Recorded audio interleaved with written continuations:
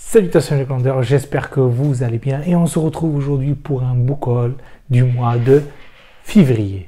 Le mois de février était très riche en matière d'achat et vous allez voir le genre de livre que j'ai acheté et je laisse en dernier une pépite. Donc restez branchés et on se retrouve pour le book haul.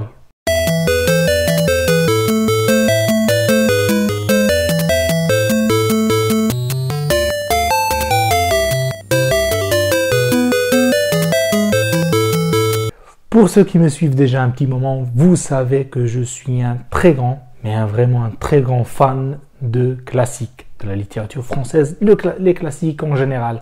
Et donc, j'ai pu acheter 4 livres classiques. On va commencer par le premier, c'est Abbé Prévost, Histoire du Chevalier des Grieux et de Manon Lescaut. Personnellement, je ne connais pas l'Abbé Prévost, je n'ai jamais lu cet auteur et je me suis dit pourquoi pas. Allez, on tente. Et qui sait où ça peut nous mener. Ensuite, le deuxième livre, c'est Balzac, Le Lys dans la vallée. C'est un livre dont j'ai entendu parler plusieurs fois chez les bookstagrammeurs et même il était plusieurs fois cité comme un très grand livre de la littérature du 19e siècle.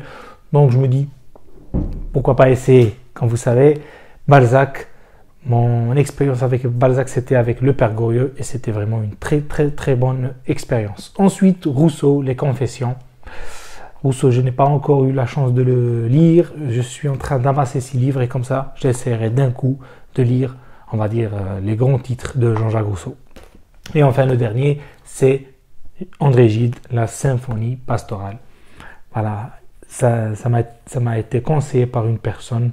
Je me suis dit pourquoi ne pas le lire, La Symphonie pastorale. Et j'ai acheté durant le mois de janvier Les Fonds monnayeurs. Donc peut-être que j'organiserai ça un de ces 4. Comme ça je lirai La Symphonie pastorale et Les Fonds monnayeurs de Gide. Ensuite, on va laisser ça de côté pour ce qui est des classiques. Et on va parler un petit peu d'un auteur que je n'ai pas lu. Je connais rien sur lui et je me suis dit pourquoi ne pas me lancer dessus. C'est Fernando Pessoa avec le livre de l'intranquillité. Tome 3 et 2. Je n'ai pas encore eu l'occasion d'avoir ou d'acheter. Je n'ai pas trouvé le tome 1. Déjà, je ne savais pas qu'il y avait 3 tomes. Je croyais que c'était qu'un seul tome. Et on m'a dit que c'était un incontournable. Il fallait le lire. Donc, hâte de découvrir Fernando Pessoa, le livre de l'intranquillité. Et comme je l'ai dit, il y a 3 tomes, il n'y a pas qu'un seul tome. Donc, on va voir. Et d'après ce que j'ai lu, c'est plus un carnet que... C'est pas un roman, c'est les carnets, c'est, on va dire, les idées de Fernando Pessoa. Hâte de découvrir ça, hâte d'en parler, hâte de décortiquer un petit peu cet auteur qui est très énigmatique. Ensuite, on va passer rapidement du côté des essais.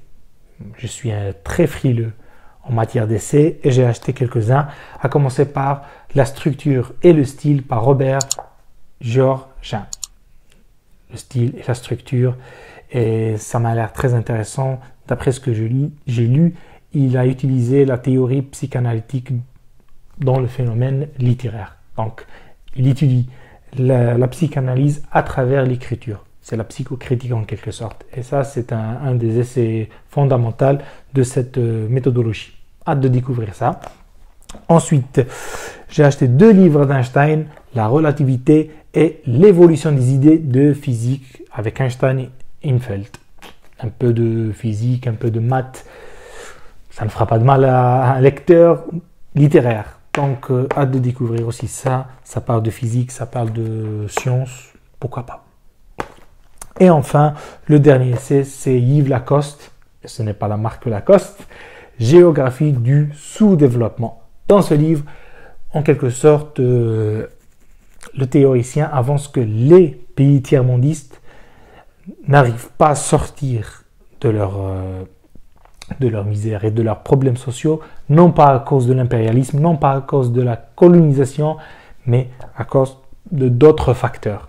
il va essayer de démontrer ces facteurs dans ce livre-là. Ça m'a intéressé. Comme vous savez, je viens des pays tiers-mondistes, l'Algérie, donc je me suis dit pourquoi ne pas lire ce livre pour mieux comprendre les causes qui ont fait que l'Algérie n'arrive pas à sortir de cette situation déplorable. Ensuite, il y avait un livre contemporain, on va dire, un thriller, Dragon Rouge, de Thomas Harris. C'est le tome 2 de la série Hannibal Lecter. Donc voilà, j'ai déjà le tome 1 et le tome 2, le tome 3 plutôt. Il me manquait le tome 2. Donc voilà, je l'ai. Je vais essayer aussi de le lire, de découvrir. Quoique, j'ai déjà vu le film avec Anthony Hopkins, qui est une pépite, je vous le conseille. Ensuite, Amin Malouf, vous le connaissez, il est déjà à l'Académie française, les échelles du Levant et Le Rocher de Tanios. 2 romans. Bon, je les ai pris au pif. Voilà, je me suis dit, voilà, c'est des Amin Malouf. J'ai déjà eu l'occasion de lire Léon Africain. Je n'ai pas aimé. Je lui donne une autre chance avec ces 2 livres. Et maintenant, on va passer à la science-fiction. La science-fiction, je veux vous dire que peut-être dans 2-3 mois, on va organiser sur Instagram, sur YouTube et même sur Facebook un mois spécial science-fiction où on va lire de la science-fiction, on va débattre de la science-fiction. Il va y avoir des challenges, donc vraiment hâte d'organiser tout ça. Et je me suis procuré 2 livres de Isaac Asimov, qui est un des, on va dire, des légendes de la science-fiction. Nemesis, c'est un livre qui n'a rien à voir avec ces cycles, les robots et la fondation. Donc c'est un livre à part. Et là, c'est Prélude à la fondation. Prélude à fondation, faut le lire avant le cycle de fondation. Donc je n'ai lu ni l'un ni l'autre, aucun des livres de Asimov.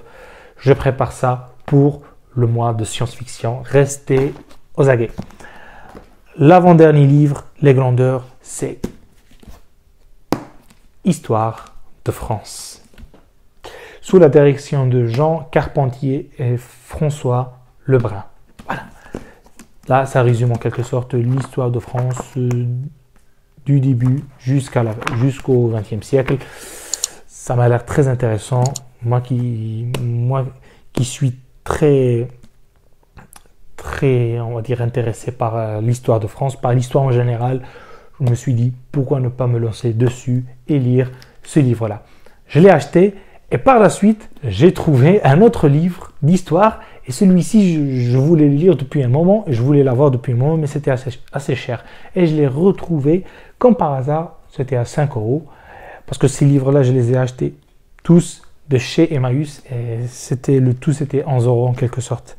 C'était seulement 11 € et le livre que je vais vous présenter tout de suite, c'est des pépites, c'est à lire, c'est à découvrir, c'est aussi en rapport avec l'histoire de France, mais on va dire que c'est une référence en matière d'histoire de France. Et c'est L'identité de la France par Fernand Braudel. Voilà, c'est 2 livres. Ça, c'est le tome 1. Ça, c'est le tome 1, c'est le tome 2. En poche, vous allez les trouver en 3 tomes. Mais en grand format, c'est 2 tomes. Et dans ces 2 livres, Fernand Braudel, qui est un très grand historien, il a d'autres livres comme La grammaire des civilisations. Ça, c'est aussi un livre très intéressant. Mais dans celui-ci, L'identité de la France, il va traiter de l'identité de la France et comment celle-ci s'est forgée avec le temps. Comment on est arrivé à la France d'aujourd'hui. Comment les Français ont cette identité qu'ils n'ont pas eue depuis toujours. Ça s'est forgé au fil du temps. Et Fernand Braudel, il répond en quelque sorte à cette problématique. Il y a juste un truc à dire, c'est que dans la version, le grand format, vous allez trouver des petites photos comme ça.